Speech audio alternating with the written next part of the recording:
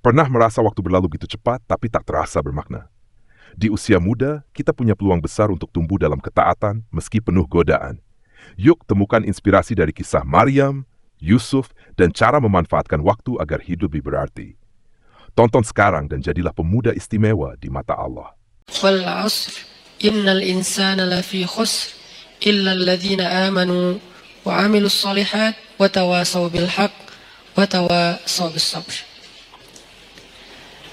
Teman-teman yang dirahmati Allah Subhanahu wa taala, puji syukur kepada Allah kita malam ini bisa ngumpul lagi di sini belajar bareng walaupun suasananya mungkin tidak terlalu serius seperti di dalam kelas.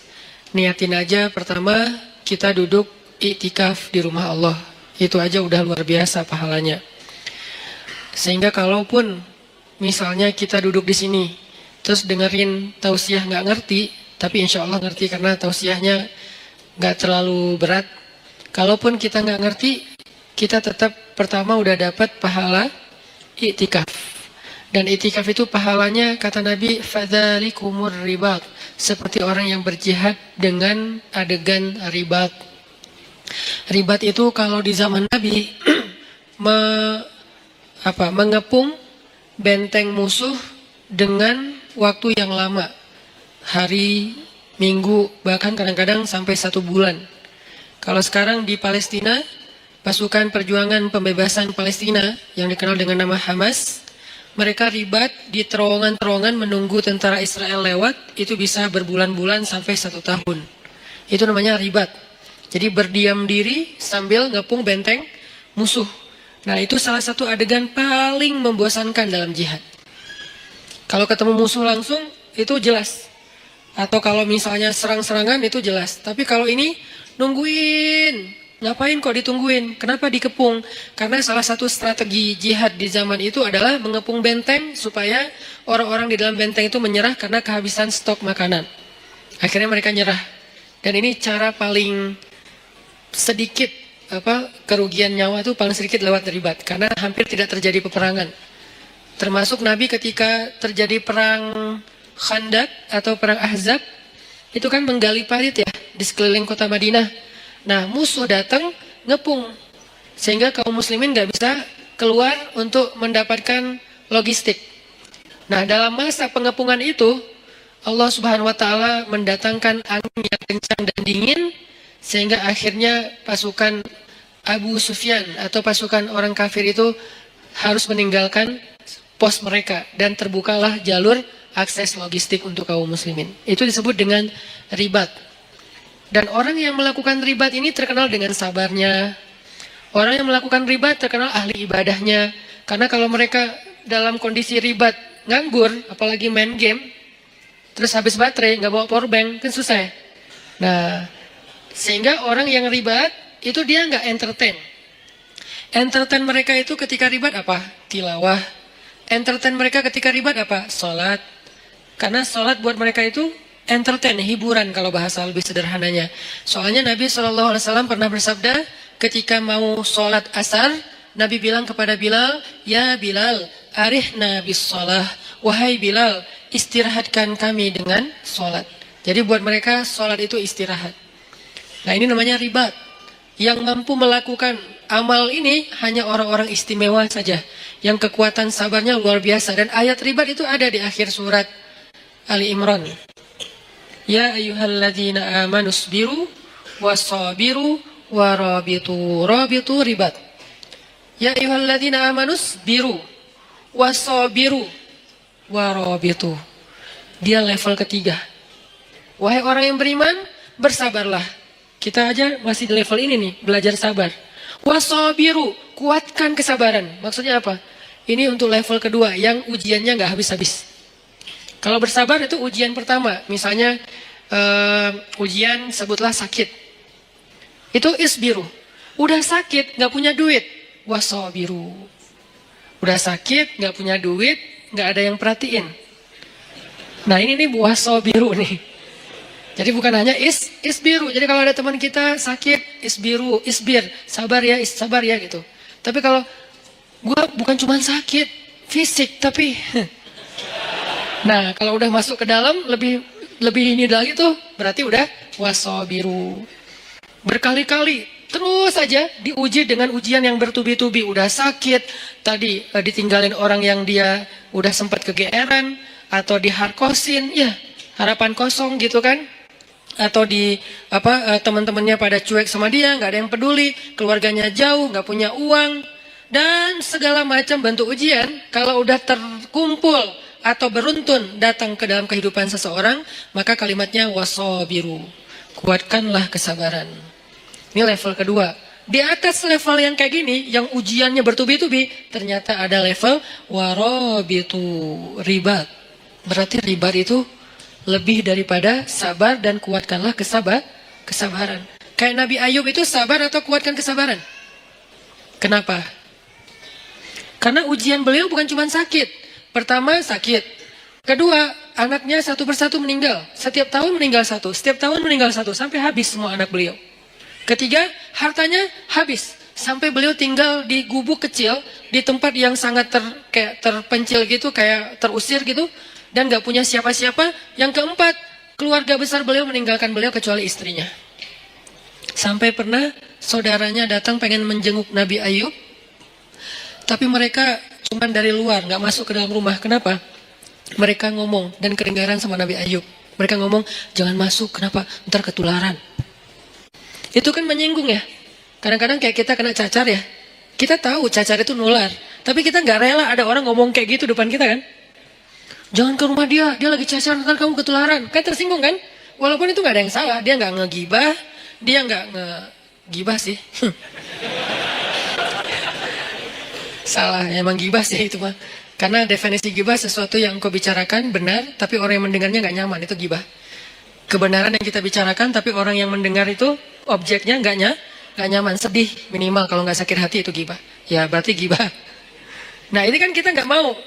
Nah itu namanya wasobiru. Nabi Ayub dengan level yang udah luar biasa dahsyatnya ujian beliau disebut dengan kata-kata wasobiru. Tapi ribat di atasnya lagi. Isbiru, wasobiru, warabitu. Sehingga orang yang itikaf di masjid, walaupun cuma dari maghrib ke isya, karena itu waktu itikaf paling pendek, intidharus sholah ba'da sholah, menunggu sholat setelah sholat itu yang paling gampang kan? Nunggu isya setelah maghrib. Yang paling capek nunggu subuh setelah isya. Ini Ramadan lah, Ramadan setahun sekali oke. Kalau nunggu zuhur dari subuh, kayaknya jarang, karena kita rata-rata nggak nunggu, soalnya sibuk dengan kegiatan. Kalau dari isya sampai subuh juga jarang. Jadi paling gampang tuh nunggu isya setelah maghrib. Itu udah i'tikaf. Nah siapa yang melakukan itu, kayak sekarang kita nih, sambil santai, sambil dengar ceramah, dari maghrib sampai isya, pahalanya ribat. Bukan pahala sabar, bukan pahala sabir. Bukan isbir, bukan sabiru. Bukan, tapi rabitu, ribat. Fadzalikumur ribat. Itu disebut dengan ribat kata Nabi. Arti itu disebut dengan ribat, pahalanya kayak orang yang berjihad fi sabilillah. Maka absyiru, berbahagialah ketika kita ada di rumah Allah. Nggak ada tempat lain yang dapat pahala kayak gitu. Walaupun yang lain boleh. Saya paling nggak suka ngebandingin dalam bahasa judgment. Kalau ngebandingin dalam bahasa motivasi boleh. Contoh bahasa ngebandingin dengan bahasa judgment gimana? Di masjid berpahala, di yang lain itu dosa. Nah ini nih judgment. Kalau memotivasi, di masjid berpahala, yang lain juga nggak apa-apa. Karena kan area mubah dalam Islam itu luas banget kan. Apa hukum nongkrong di kafe? Haram. Siapa bilang haram? Terlihat dulu kafenya gimana, dia nongkrongnya ngapain. Kalau dia lakuin dosa kayak berdua-duaan, oke, jadi bukan nongkrongnya tuh, khalwatnya. Kalau dia di situ kayak berjudi, berarti judinya. Kalau dia di situ misalnya kayak menggibah, berarti kumpulan gibahnya, perkataan yang sia-sianya. Tapi kalau dia nongkrong sekedar istirahat sebentar, sekarang namanya kafe, dulu namanya warung kopi. Kenapa di warung kopi boleh, di kafe nggak boleh? Lagi-lagi kayak kemarin. Kenapa bergaul boleh, gaul nggak boleh? Ya, kita terjebak dalam diksi. Warung kopi boleh. Kafe nggak boleh, padahal sama aja, cuma istilahnya beda. Tapi kan banyak kafe yang aneh-aneh. Allah alam, di Bandung sih banyak yang nggak aneh. Keren-keren lah, artinya kafenya masih standar. Jadi saya nggak mau menjudge bahwa yang selain di masjid sia-sia, yang selain di masjid dosa, yang selain di masjid ahli neraka. Ya nggak gitu juga kali ya. Tapi di masjid terbaik. Itu udah pasti. Nggak boleh diragukan dan nggak boleh diperdebatkan. Kenapa? Karena sebentar aja di masjid pahalanya udah kayak jihad. Ada gitu tempat kayak gitu di luar? Ada. Di tempat orang sakit. Siapa yang datang ke rumah sakit atau ke rumah orang yang sakit, maka dia seperti berjalan di antara taman-taman surga. Seperti berjalan di antara taman-taman surga. Itu maksud Nabi itu sebaik-baik tempat di muka bumi itu masjid, maksudnya motivasi, bukan ngebanding-bandingin terus coret semua selain masjid, nggak gitu juga. Jadi buat teman-teman kadang ada yang nongkrong di mana, saya juga nongkrong. Nggak apa-apa, tapi masjid harus jadi tongkrongan favorit. Yang lain kayak gimmick atau tambahan-tambahan kayak bonus lah ya. Tapi tongkrongan paling favorit itu adalah nongkrong di masjid. Kalau ada yang nanya, di masjid kok nongkrong? Ya nongkrong itu bahasa Arabnya majelis. Iktikaf. Iktikaf itu artinya berdiam diri. Berdiam diri bahasa anak mainnya nongkrong. Ya, sama aja. Jadi ini terjemah. 1. Niatin iktikaf. Niatnya gimana Ustaz? Saya iktikaf. Udah selesai gitu. Nggak perlu ribet-ribet, nggak perlu misalnya harus, cari dulu di googling, niat iktikaf, boleh, nggak apa-apa pakai bahasa Arab, tapi kalau nggak ngerti bahasa Arab, an-niyah fil qalb, niat itu di dalam hati, ya nggak masalah juga, niatin aja, ya Allah, saya lagi iktikaf di rumah Engkau, izinkan ya, saya jadi tamu, diam sebagai tamu, tamu mah jangan terlalu maco ya, loncat sana loncat sini, guling-guling, nah ini mah kalau di rumah kita ada yang kayak gitu gimana? Anak kecil aja, dede, takut pecah inilah apa segala macam. Nah, apalagi rumah Allah. Bertamu tenang, saking tenangnya sakinah. Bangun-bangun udah azan isya gitu kan ya. Jadi niatin itikaf. Yang kedua, niatin benar-benar dari rumah tadi tuh. Pas teman-teman berangkat ke sini, niatin ngapain? Mau tholabul ilmi, mencari ilmu. Mencari ilmu pahalanya gimana? Dari rumah ke sini dihitung sama malaikat. Berapa jaraknya? Nanti dikali sekian. Minimal kali 10. Minimal. Nggak ada yang kurang dari 10 dalam amal soleh dalam Islam tuh. Al-hasanatu bi'ashri amsalihha, kata ulama. Kebaikan itu 10 kali lipat. Dan itu diambil dari hadis. Minimal 10, maksimal bighairi hisab. Nggak ada batas. Itu maksimal. Sehingga kalau kita niatin datang ke sini pengen cari ilmu, selain tadi itikaf, nongkrong di rumah Allah, karena rumah terbaik itu rumah Allah, saya senang aja, demen banget nongkrong di rumah Allah, nyaman gitu, dapat rahmat dari Allah. Nah itu udah keren. Satu lagi, cari ilmu. Sehingga jarak dari rumah ke tempat kita ini, ke masjid, nanti dikali sekian oleh malaikat, mudah-mudahan dikalinya ribuan. Kalau dikali 1000, misalnya jaraknya, kalau dari rumah saya ke sini sekitar 1 kilo, berarti saya udah lebih didekatkan ke surga 1000 kilo. Jadi saya motong jalan ke surga 1000 kilo. Dari mana hitungannya Ustaz? Dari hisab. Dari padang mahsyar. Orang lain jalan 1000 kilo, itu berapa lama? Jalan kaki 1000 kilo teh. 1000 kilo dari sini mana? Sini Surabaya itu 700 kilo. Sini Surabaya balik ke Semarang. Nggak ada kerjaan. Karena dari sini ke Surabaya saya karena nggak tahu kalau Bali berapa ya. Dari sini ke Surabaya balik lagi ke Semarang kurang lebih lah ya 1000 kilo. Itu kira-kira kalau jalan kaki berapa lama? 2 minggu? Gimana kalau jalan kaki? Capek. 2 minggu ya. Berarti sekali kita mencari ilmu, Allah menghemat jarak kita ke surga daripada mahsyar itu 2 minggu minimal. 2 minggu. Sehingga kalau misalnya kita dawam seminggu sekali kita cari ilmu dikali sekian ribu, berarti insya Allah sudah lebih cepat masuk surga 1 tahun, 2 tahun, 3 tahun, 100 tahun. Itu kalau dikali 1000, sedangkan Allah Maha Rahman, wa rahmati wasi'at. Rahmat Allah itu luas, sehingga bisa aja bighairi hisab, dikalinya bisa lebih dari 1000. Ini thalabul ilmi. Dan orang yang mencari ilmu itu dinaungi oleh malaikat. Tapi kalau lagi naik motor mencari ilmu jangan lihat ke langit. Malaikat mana ya? Gak usah. Karena pasti ada malaikat lagi naungin kita. Naungin itu gimana? Menaungi dengan rahmat, dengan doa. Ya Allah beri dia kasih sayangmu, ampuni dosa dia. Beri dia kasih sayangmu, ampuni dosa dia. Yang merasa banyak dosa, cari ilmu. Yang merasa banyak dosa, duduk dalam rumah Allah. Itu didoain terus-terusan oleh malaikat. Itu aja udah keren, belum lagi yang lain-lain. Ada doa-doa yang niat-niat yang khusus, ya terserah. Yang penting hasanah, kebaikan. Maka mudah-mudahan malam ini kita duduk di sini doang, udah kemenangan. Kata Allah, ulaika ala hudam mir rabbihim wa ulaika humul muflihun. Ketika kita ala hudan, berada di dalam jalannya Allah yang baik, yang benar, yaitu di masjid, cari ilmu, berarti muflihun, orang yang beruntung. Qad aflahal mu'minun. Dan seperti inilah harusnya kita menghabiskan usia kita, terutama anak muda. Sehingga malam ini kita membahas tentang mager. Ini termasuk mager yang berpahala.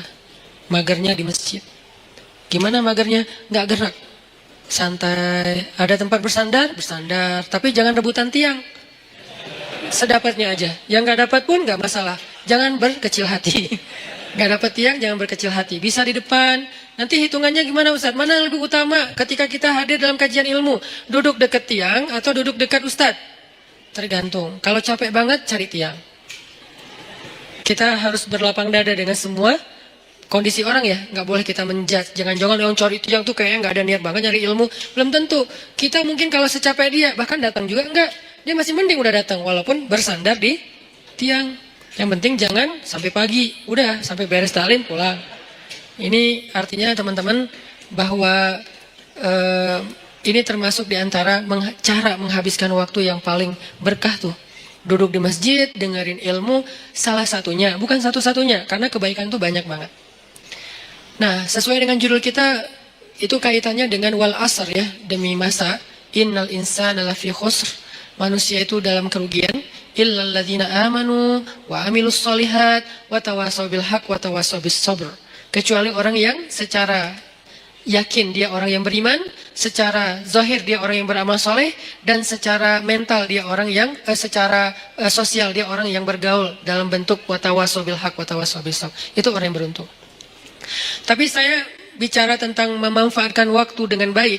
Saya mau membawa kita ke sebuah hadis Nabi SAW tentang 7 golongan yang mendapatkan naungan Allah pada hari ketika tidak ada naungan kecuali naungan Allah.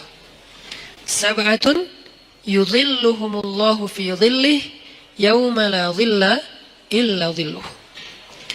Dan dari 7 golongan ini kita nggak akan bedah satu persatu. Kita ambil satu aja, nomor 2. Kalau nomor 1 apa? Imamun adil. Imam yang adil. Imam yang adil ini siapa? Pasangan Ustadz? Bukan. Itu imam hidup. Imam yang adil. Imam yang adil itu maksudnya pemimpin. Pemimpin yang adil. Jadi dalam Islam itu pemimpin baru disebut benar itu bukan hanya soleh sendiri. Jadi kalau ngelihat pemimpin, jangan ngelihat dia rajin tilawah. Itu urusan dia dengan Allah. Itu personal. Dia rajin tahajud. Itu personal. Walaupun itu keren. Tapi baru disebut dengan rasyidin, orang yang lurus ketika dia adil. Dalam Islam itu kalau ngomongin pemimpin itu rata-rata yang dibahas adalah kerjanya adil kepada rakyatnya. Bukan, oh itu pemimpin terbaik. Kenapa? Ahli qiyamul lail. Bukan itu babnya. Kalau qiyamul lail bab abid. Bab seorang yang ahli ibadah. Rajin tilawah. Bab hafiz qari. Bab orang yang menjaga Al-Quran. Bab apa lagi? Umrah. Itu bab mu'tamir. Orang yang memakmurkan Masjidil Haram. Tapi kalau babnya imam, amir, apalagi istilah yang lain, maka yang diambil dari dia itu adalah keadilannya. Apakah dia adil terhadap rakyatnya? Kenapa kok adil? Karena adil ini universal. Dia bukan pemimpin bagi umat Islam saja, tapi dia pemimpin bagi semua orang yang ada di dalam tempat wilayah tanggung jawab dia. Ada muslim, ada non-muslim. Apakah dia berlaku adil kepada siapapun? Adil di sini dengan makna yang sebenar-benarnya. Bukan subjektif, diinterpretasi sesuai dengan kepentingan. Bukan, dengan makna yang sebenarnya. Nah, yang kedua, sebelum kita salat Isya. Yang kedua, yang paling penting malam ini akan kita bahas. Syabun nasya'a fi ibadatillah. Pemuda yang tumbuh dalam ketaatan kepada Allah Subhanahu wa taala. Pertanyaannya, siapakah pemuda? Apakah kita masih termasuk pemuda? Kemudian apa yang dimaksud dengan tumbuh dalam ibadah kepada Allah? Saksikan episode setelah sholat Isya. Barakallahu fiik. Bismillahirrahmanirrahim. Teman-teman semuanya yang disayang Allah Subhanahu wa taala. Tadi kita membahas tentang niat kita hadir ke sini, dan itu juga salah satu di antara amal solih dan kebaikan yang kita dapatkan hanya dengan sekedar duduk di masjid. Kalau kita lelah, istirahat di masjid. Kalau kita galau, mengadulah kepada Allah di dalam masjid. Kita punya masalah, mintalah pertolongan Allah di dalam masjid. Jadi masjid itu harus jadi tempat favorit kita. Sebagaimana firman Allah Subhanahu wa taala di surat At-Taubah, bahwa di antara ciri orang yang beriman adalah orang yang memakmurkan masjid. Ayat ini kemudian diperjelas dengan hadis, kalau kamu melihat seseorang itu bolak-balik ke masjid rumah, maka saksikanlah kalau dia itu adalah orang yang beriman. Kalau dia beriman, maka dia punya hak mendapatkan semua kebaikan yang Allah janjikan kepada orang yang beriman. Apa janji Allah untuk orang yang beriman? وَبَشِّرِ الَّذِينَ آمَنُوا وَعَمِلُوا الصَّالِحَاتِ أَنَّ لَهُمْ جَنَّاتِ. Allah janjikan untuk mereka jannat. Maka untuk mendapatkan jaminan memperoleh surga, jadikanlah diri kita punya ciri-ciri khasnya orang yang beriman. Salah satu di antara ciri khas orang beriman, dia senang ke masjid. Dia tidak perlu tinggal di masjid, tapi dia senang untuk datang ke masjid. Ini artinya bukan hanya sholat 5 waktu, mencari ilmu, sekedar istirahat, nongkrong, tilawah, sholat duha.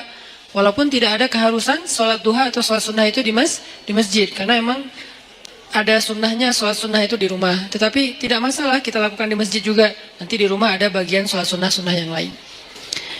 Nah, berkaitan dengan judul kita mager pada malam ini, saya pengen ngangkat hadis tentang 7 golongan yang mendapatkan naungan Allah di padang mahsyar.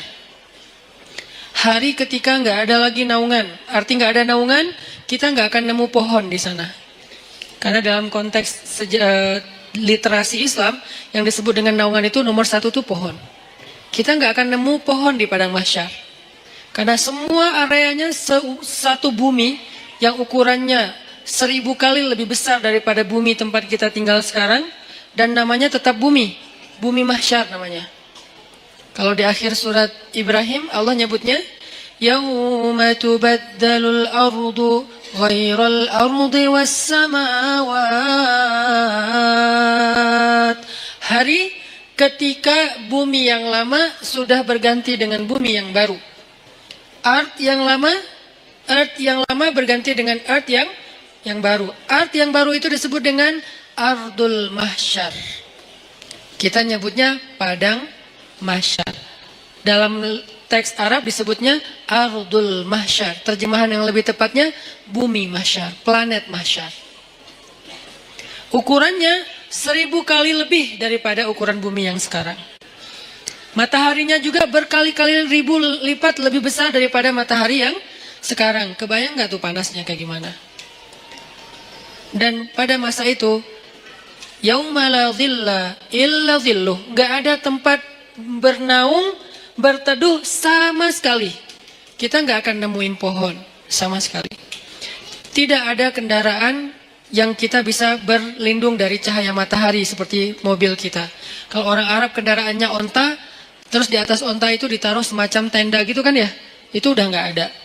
Kalau dalam konteks modern, mobil. Gak ada rumah tempat kita berteduh dengan ruang ber-AC, sama sekali nggak ada. Semua tempat itu panas.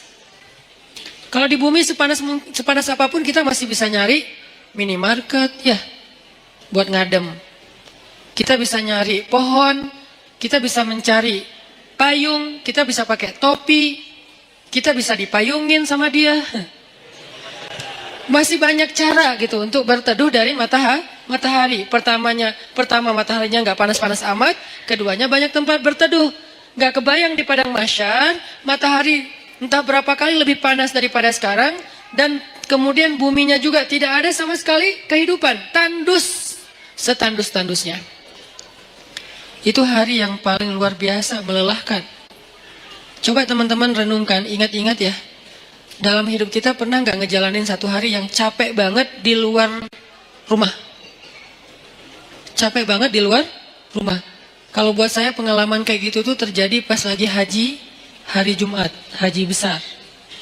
Saya jalan malam nih, begitu matahari terbenam, jalan dari Arafah ke Muzdalifah.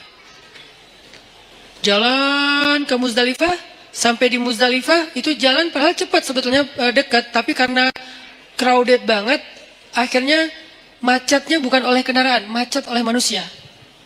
Kalau di Indonesia, Bandung, Jakarta kita sering macet kendaraan, ini macetnya itu manusia. Sampai berhenti, tapi manusia.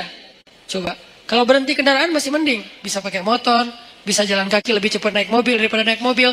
Ini orang, tapi macet, berhenti. Sampai di Muzdalifah itu udah tengah malam. Padahal kalau normalnya paling juga sejam. Sampai Muzdalifah, tengah malam. Muzdalifah langsung tepar di atas tanah, istirahat sebentar, karena emang ada sunnahnya bermalam di Muzdalifah, tapi kita nggak mungkin bermalam penuh, karena ngejar, karena macet, jadi kita kondisional.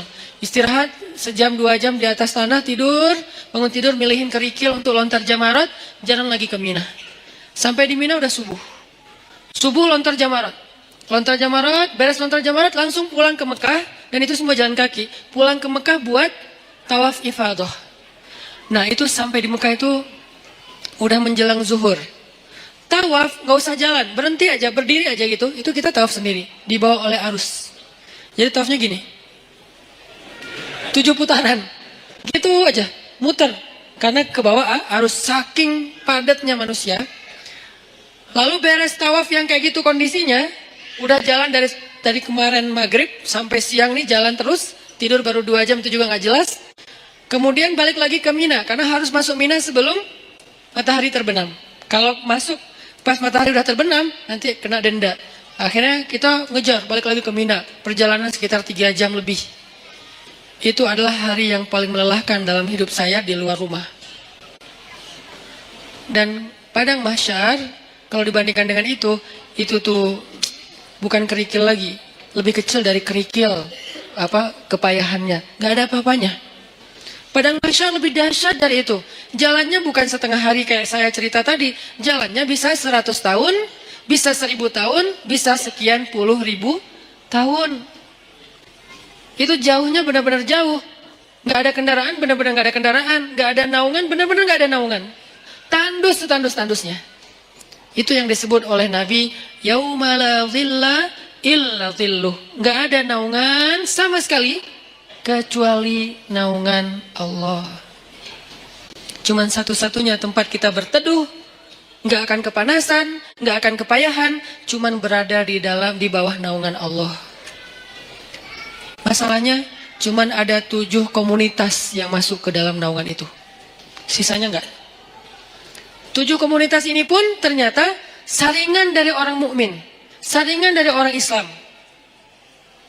Jadi bukan masalah yang penting saya udah Islam, enggak. Dari orang Islam sendiri masih disaring lagi benar-benar yang spesial. 7 golongan kalau bahasa resminya, 7 komunitas, 7 geng kalau bahasa anak nongkrongnya. Cuma ada 7 kelompok. Salah satu dari 7 kelompok itu, nomor 2-nya adalah syabun nasya'a fi ibadatillah. Pemuda yang tumbuh dalam ibadah kepada Allah atau dalam ketaatan kepada Allah. Pertanyaannya, apa definisi syab atau pemuda? Secara usia, dalam Islam, pemuda itu usia di bawah 40 tahun. Itu syab. Secara status, belum menikah. Kalau udah menikah, Ustaz, udah bukan syab. Karena ujiannya nggak seperti yang belum menikah.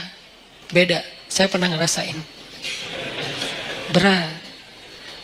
Apalagi ada satu teman saya, kemarin baru ditinggalin mantan. Mantannya nikah. Ngirim pula hasil video-video sama fotonya ke dia. Langsung udah nggak terkontrol, langsung kita pegang rame-rame. Jangan sampai dia nyari tower. Ternyari-nyari tower, ngapain lo? Mau benerin Ustaz ada yang rusak. Pura-pura ternyata mau loncat. Nah ini nih namanya ujian. Ujian ketika kita belum menikah, ujian di usia muda di bawah 40 tahun. Kalau belum menikah tapi udah di atas 40 tahun, beda lagi. usianya di bawah 40 tahun, secara status belum menikah. Karena kalau udah menikah, dia udah ngerasain ketenangan, sakinah. Litas kunu ilaiha. Supaya kalian cowok-cowok merasa tenang kepada perempuan. Udah tenang. Tapi kalau sebelum menikah, itu zulzilu. Zulzilu itu kalau dalam bahasa kita tuh gempa dengan skala 9,8 skala Richter. Itu zulzilu tuh. Sampai ada ayat zulzilu iza zulzilatil ardu, dan yang tahu banget ayat itulah jomblo. Zilzal, kehidupannya itu terguncang luar biasa. Ngelihat orang semuanya kayak dia paling sengsara di muka bumi. Ngelihat setiap orang tuh deg-degan, ngelihat cewek deg-degan. Dan apalagi ngelihat ceweknya kerawat kayak gini gitu ya. Baru masuk di depan mall, aduh saya kok deg-degan ya. Zulzilu, guncangannya tuh luar biasa. Kalau yang udah sakinah, santai. Karena di sebelahnya ada istri. Kalau nggak ada istri, deg-degan juga. Gitu. Intinya mah, beda ujiannya. Karena beda ujiannya, maka beda pula rewardnya. Al-jaza ala qadril masyaqqah. Balasan Allah itu tergantung beratnya beramal. Buat yang masih sendiri, beramal itu lebih berat. Kenapa? Karena zilzal dalam batinnya itu kenceng. Godaannya tuh banyak. Mikirin itu nggak jelas apa yang dipikirin. Karena ya gitu, kondisinya tuh antara kayak nggak ada kejelasan status. Apalagi dia udah sendiri digantung. Kan lebih nggak jelas lagi ya. Saya gimana? Berat statusnya. Nah ini nih ngeri banget ujiannya. Kalau dia nggak pegang Allah, dosanya itu bisa udah 1, 2, 3, dosa-dosa besar itu beruntun bisa dia lakuin.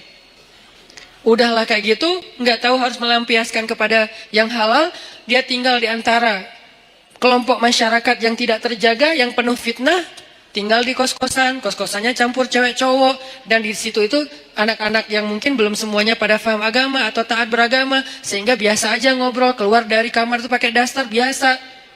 Itu kan zilzal kan, itu ujian yang berat. Terus harus kemana? Kalau udah nikah, pulang ke rumah. Kita pulang kemana? Zilzal kan, guncang. Gak usah diterusin kata-katanya. Masa saya harus bilang, ke kamar mandi Ustaz? Enggak lah. Maka itu kan dosa kan? Jadi dosa juga nih. Terus gimana dong? Kita harus ngapain Ustaz?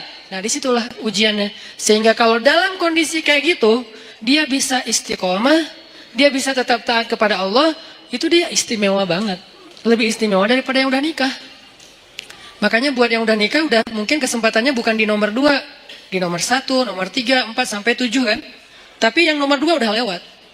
Karena dia nggak dapat lagi ujian seberat syab, anak muda. Ujiannya udah nggak kayak mereka. Saya pernah dengar 2 anak muda sama-sama lagi ngobrolin tentang perasaan. Itu nggak ada yang dengar. Dua-duanya ngomong dan curhat. Lo masih mending gua.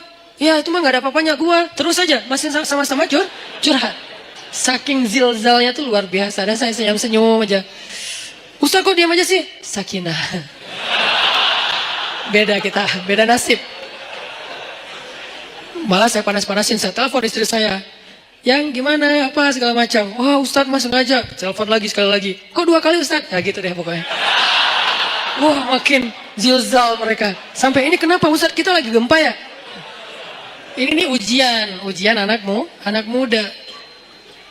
Makanya karena diuji kayak gini, akhirnya ya kalau dia bisa tetap istiqomah, konsisten, komitmen dengan batasan syariat, maka dia istimewa di sisi Allah. Dan juhdun, pengorbanan dia untuk menjaga diri dalam kondisi yang berat kayak gitu, itu yang Allah hargain nanti di padang mahsyar. Kesini wahai anak-anak muda, kumpul-kumpul.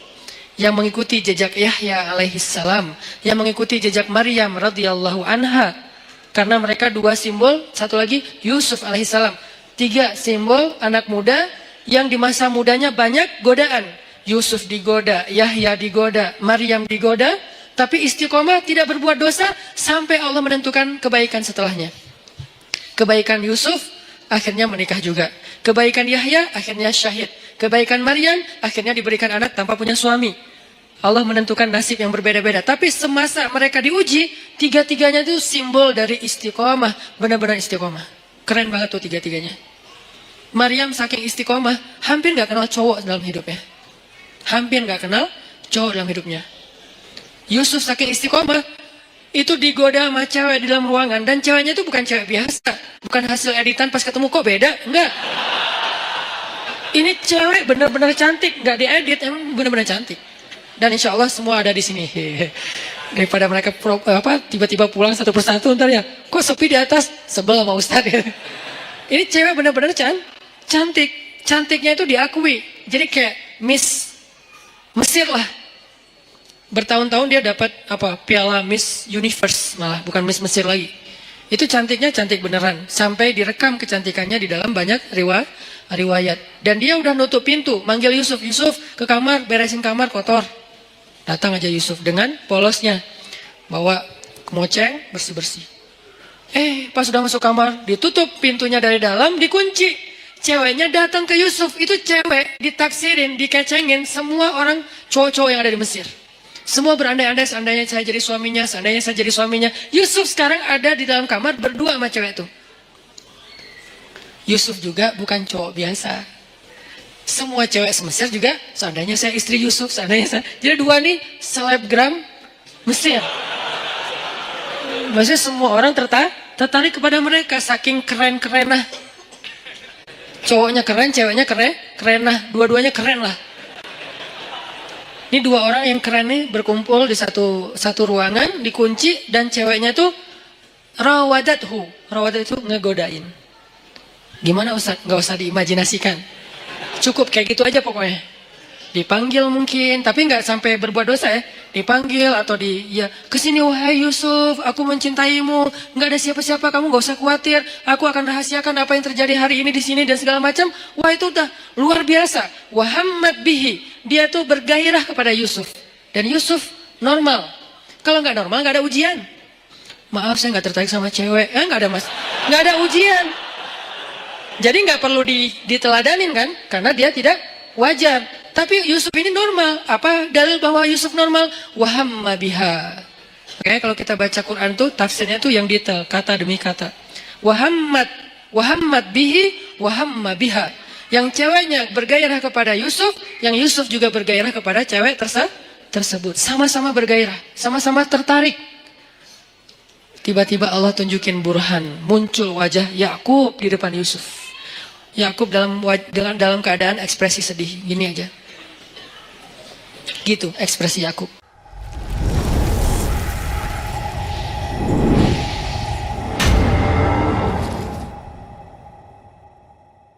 Sedih banget Yusuf sampai kayak gini. Jangan sampai ayah bakal kecewa banget kalau kamu sampai ngelakuin ini. Buat apa ilmu yang ayah ajarin selama ini? Buat apa pengorbanan ayah selama ini? Kamu lupa dengan semua nasihat ayah. Seolah-olah ya.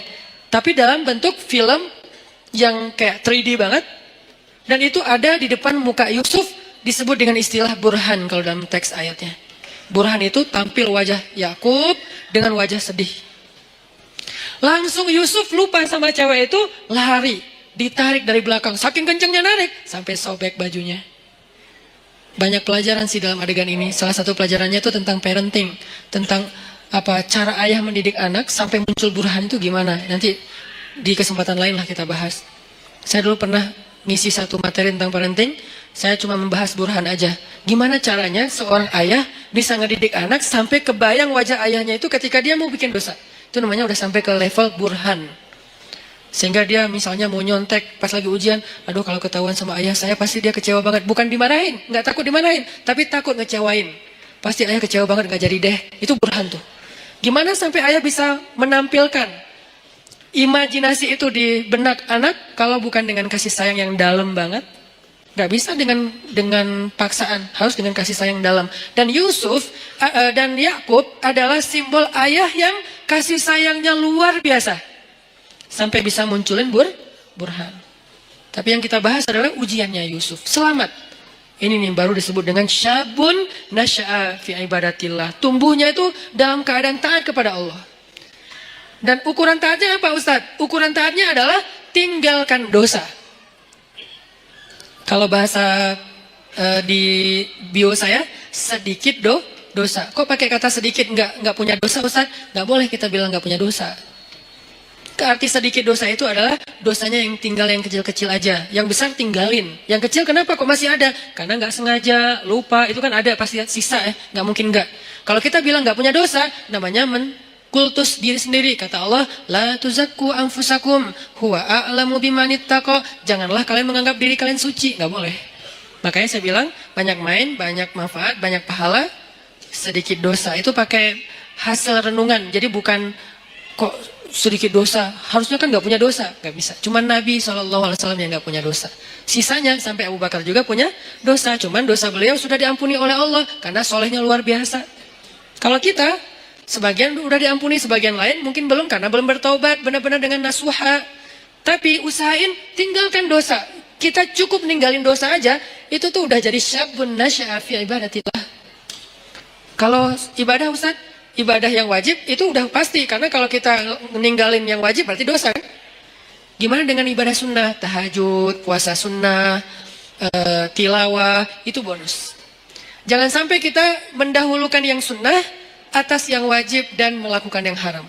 Itu udah salah rumusnya. Ada orang tahajud rajin, tapi dia nggak bisa jaga lisan. Ada orang tahajud rajin, tapi dia nggak bisa jaga pandangan. Yang disebut dengan syabun nasya'a fi ibadatillah dalam konteks hadis tadi, dia usahain sedikit mungkin dosanya, tinggalin dosa. Terutama dosa-dosa yang berhubungan dengan godaan di masa muda. Kalau teman-teman bisa istiqomah dalam urusan ini, urusan perasaan, urusan pergaulan yang paling berat, urusan entertain yang berlebihan, karena entertain itu ada yang masih wajar, ada juga yang berlebihan. Urusan apa lagi? Dosa-dosa maksiat seperti minum, kemudian pakai drugs dan seterusnya, atau mungkin the new drugs itu pornografi dan seterusnya. Ini bisa ditinggalkan. Udah sampai kapan Ustaz batasannya? Antara dua batasannya. Batasan status berarti menikah, batasan usia berarti 40 tahun. Kalau udah lewat 40 tahun, insya Allah ujiannya nggak seberat di bawah 40 tahun. Kalau kita bisa jaga diri di masa itu, pergaulan, perasaan gimana Ustaz? Jangan terlalu mudah jatuh hati kalau belum halal. Ustaz itu kan nggak disengaja, jangan diikutin. Kadang-kadang dia emang nggak disengaja, munculnya itu dari setan. Yuwaswisu fi sudurinas. Ih, cantik ya. Udah jangan diterusin, jangan dibahas. Begitu kita sekali klik, udah gitu dibahas, maka itu jadi sebuah episode. Jadi episode yang panjang dan endingnya air mata dan penyesalan. Biasanya. Jangan dibahas. Ustaz bahas, kan ini nasihat. Saya nggak lagi ngebahas bab-bab yang detail gitu. Karena saya ini ngomong based on pengalaman ya. Karena semua kita pernah merasakan masa-masa muda yang gejolak tadi, zilzalnya, guncangannya kenceng banget. Itu tuh kalau ada kayak gitu jangan diterusin. Jangan berpikir ada orang yang dia nggak punya pacar berarti dia nggak normal. Enggak, dia normal. Cuman dia nggak menerusin. Emang dia nggak pernah kepikiran kayak tertarik dengan seseorang? Tertarik kalau dia normal, cuman nggak diterusin, nggak mau dibahas, nggak mau diingat-ingat. Caranya dia menyibukkan dirinya dengan hal-hal yang positif. Bisa proyek sosial, bisa juga spiritual. Proyek sosialnya bantu orang, bikin proyek-proyek yang sifatnya healthcare kayak atau kemanusiaan kayak atau apalah, atau proyek yang sifatnya spiritual ya kayak ke masjid, itikaf, tilawah, mumpung masih muda, ya udah gua ikut program hafal Quran. Itu menyibukkan diri biar nggak sempat kepikiran yang kayak gitu-gitu. Kan kalau udah ngafal Quran, habis semua tuh energi pikiran kita buat ngafalin Quran. Ya udah, paksain aja diri kita datang ke sebuah lembaga penghafal Quran yang udah kayaknya mungkin paling nyaman, ada banyak. Mungkin kalau di Pemuda Hijrah ada teras tahfiz gitu ya. Datang, saya pengen daftar. Saya sungguh-sungguh pengen daftar. Udah bisa baca Quran belum? Ya udah, mulai dari baca Quran dulu. Ya udah, saya daftar tahsin, belajar tahsin. Sibukkan. Udah sibuk kayak gitu nggak sempat kepikiran lain. Kalau masih kepikiran berarti kurang sibuk. Kalau masih kepikiran berarti kurang sibuk. Cari lagi sampai sibuk. Sampai nggak sempat mikir. Itu baru namanya nasya'a, tumbuh. Jadi kalau kita bedah kata demi kata, syabun artinya tadi udah jelas pemuda. Sekarang nasya'a itu tumbuh. Artinya tumbuh itu menghabiskan waktu. Arti tumbuh menghabiskan waktu, menghabiskan usia, menghabiskan harinya. Berarti daily activity-nya apa? Daily life-nya itu apa? Kita sibukin daily life kita dengan semua yang membuat kita nggak sempat mikirin dosa. Gimana caranya? Pilih dari 3 kesibukan secara value-nya. 1, menyibukkan diri dengan yang wajib. Gimana menyibukkan diri dengan yang wajib Ustadz? Sholat 5 waktu, biar sibuk ke masjid. Kalau nggak ke masjid kan nggak terlalu sibuk ya, tinggal wudhu sholat di tempat kita berada. Jadi kan nggak terlalu sibuk kan. Tapi kalau biar sibuk, takes time, dan lumayan effortnya lebih, wudhu ke masjid. Terus sampai di masjid, insya Allah auranya beda tuh, ketimbang kita di tempat kita doang. Ini saya nggak ngomongin hukum, saya ngomongin motivasinya, fadlnya, keutamaannya. Apa? Ditasji' kalau dalam bahasa Arabnya. Ditasji' kepada kebaikan. Sibukkan, nasya'a itu menyibukkan diri dengan sesuatu yang membuat pertumbuhannya itu semuanya, atau nggak semuanya pun, mayoritasnya positif. Daily life kita tuh mau diapain? Yang wajib, ibadah misalnya. Yang wajib orang tua misalnya, berbakti sama orang tua. Itu udah lumayan tuh ngambil waktu kita. Jadwalin. Kalau misalnya kita ngerantau, telepon, WA. Jadwalin kalau kita dekat sama orang tua tuh, datang ke orang tua, ada waktu bersama dengan orang tua, ngapain gitu. Keluarga, kalau dengan orang tua plus dengan adik kakak atau apa. Pokoknya keluarga ini silaturahim kan. Kalau bahasa lebih ini lagi, silaturahim, jalin, sibukkan dengan yang wajib. Ustadz, yang wajib udah sholat 5 waktu, telepon orang tua, tilawah sehari minimal 2 lembar, minimal itu wajib. Di atas itu sunnah, sejuz normalnya, idealnya sejuz, minimal 2 lembar lah sehari. Udah Ustadz, masih banyak waktu kosong, yang sunnah. Sibukkan dengan yang sunnah. Yang sunnah apa? Ya tadi, kalau ibadah yang sunnah, sifatnya sholat sunnah, puasa sunnah, tilawah tambahan dari target 2 lembar, apalagi zikir. Ustadz, nggak semua yang sunnah saya sanggup sekaligus. Karena kan kita nih bukan orang yang keren-keren amat ya Ustadz. Oke, nggak apa-apa. Nggak, yang wajib 10%. Oke? Yang sunnah 20%. Masih sisa berapa? 70%. Habiskan buat yang mubah, boleh. Karena yang wajib dalam kehidupan kita kan nggak banyak kan sebetulnya. Yang sunnah lebih banyak dari yang wajib. 20%. Atau yang wajib 20%, yang sunnah 30%. 50%-nya mubah. Arti mubah apa? Nggak berpahala, tapi juga nggak dosa. Dia nggak berpahala, tapi juga nggak dosa. Emang boleh Ustaz? Ya boleh lah. Makanya Islam itu luas. Syumuliyatul Islam. Orang banyak ngebahas Islam itu dari sisi satu bab doang nih. Parsial banget. Wajib aja. Jadi seolah-olah Islam itu cuma ada satu kata. Harus. Itu doang. Atau 2. Harus dan haram. Udah. Jadi hidup kita tuh kayak berat banget ya. Harus ya. Kalau nggak haram ya. Nggak ada pilihan. Karena yang dibahas dari Islam itu parsial banget. Cuman bagian kecil. Sementara ada bagian yang begitu luas dalam kehidupan kita 24 jam, itu nggak dibahas. Yang dibahas yang wajib, ke masjid, ke masjid, ke masjid. Tapi kan kita nggak tinggal di masjid kan realitasnya. Gimana kalau kita udah selesai sholat, ngapain lagi Ustadz? Nah, berarti kita bahas bab mubah. Mubah, nggak dosa, nggak berpahala. Apa? Entertain. Ketemu temen, nongkrong, tapi nongkrongnya dijaga. Atau yang lebih positif dan tetap dia mubah, main itu dalam, kalau bahasa saya maksudnya itu olahraga ya. Cuman kita kalau nyebut olahraga kesannya kayak berat gitu kan. Kayak ada beban. Main aja lah, tapi yang penting berkeringat. Itu olahraga sebetulnya, cuman main. Kenapa disebut main? Biar sesuai dengan hobi. Jangan dipaksain harus nge-gym semua. Nggak semua orang senang nge-gym, cari treadmill mungkin mahal. Ya udah, lari aja keliling komplek. Kalau perlu, nanti kita mudah-mudahan di masjid kita ke depan ada banyak tempat shower kayak di bandara yang ultimate, yang di Terminal 3 kan ada tempat shower tuh. Kalian ke masjid mah lari aja. Jalan kaki minimal. Sampai di masjid, udah siapin handuk kecil. Kalau mau, jangan pakai handuk. Bawa kanebo. Tapi kanebo yang bagus ya. Bukan kanebo pas digosok gini, kulitnya nempel di kanebo. Atau kanebonya nempel di kulit misalnya. Kanebo yang bagus ya. Karena itu paling praktis. Kalau ini saya tahunya dari teman. Kalau ke laut gitu, kan kita sering mandi tuh. Habis berenang, mandi. Habis main air, mandi pastinya. Kalau bawa handuk nggak sempat kering, udah mandi lagi tuh. Akhirnya kita bawa kanebo. Kanebo yang bagus beli di salah satu tempat yang terkenal teh. Nah, terus pakai kanebo ke masjid sama baju kaos ganti yang biasa lah ya, sama parfum apa misalnya kesukaan kalian. Nah, mandi itu segar banget loh, sholat maghrib habis olahraga, habis mandi kan keren ya. Segar banget. Di masjid sediain shower. Buat cowok-cowok buat mandi. Ceweknya nggak usah lari. Cewek mah ada tempat sendiri, zumba kayak apa gym, apa yang bagian cewek lah, minimal gym. Ini olahraga main mubah, tapi dia bisa menjaga kita dari dosa. Jadi yang menjaga kita dari dosa itu bukan cuma astagfirullah. Oke, tapi kita nggak bisa astagfirullah 24 jam kan? Yang bisa menjaga diri kita dari dosa, sholat 2 rakaat. Ya, tapi kan kita nggak mungkin sholat 24 jam. Ya, harus realistis. Waqi'i, harus realistis. Tapi juga tetap masali, tetap ideal. Banyak orang yang idealis tapi kurang realistis. Terlalu realistis, jadinya nanti apa? Memudah-mudahkan, tasayyub. Makanya dalam Islam itu nggak boleh kita terlalu idealis, perfeksionis, disebut dengan takalluf. Nggak boleh juga terlalu realistis sampai melupakan idealisme, disebut dengan tasayyub. Ada takalluf, ada tasayyub. Dua-duanya nggak boleh dalam Islam. Yang benar wasatiyah, dia proporsional. Proporsional. Nggak boleh takalluf. Kenapa nggak boleh takalluf? Allah sendiri yang bilang, la yukallifullahu nafsan illa wus'aha. Allah tidak mentakallufkan, tidak membebankan. Artinya takalluf itu terlalu membebani diri. Jangan juga tasayyub yang terlalu meringan-ringankan masalah. Semua jadi boleh. Maka bermainlah di tengah. Di tengah di sini maksudnya bukan terombang-ambing, bukan. Proporsional. Yang wajib dilakukan. Tapi kan tetap nggak mungkin 24 jam wajib.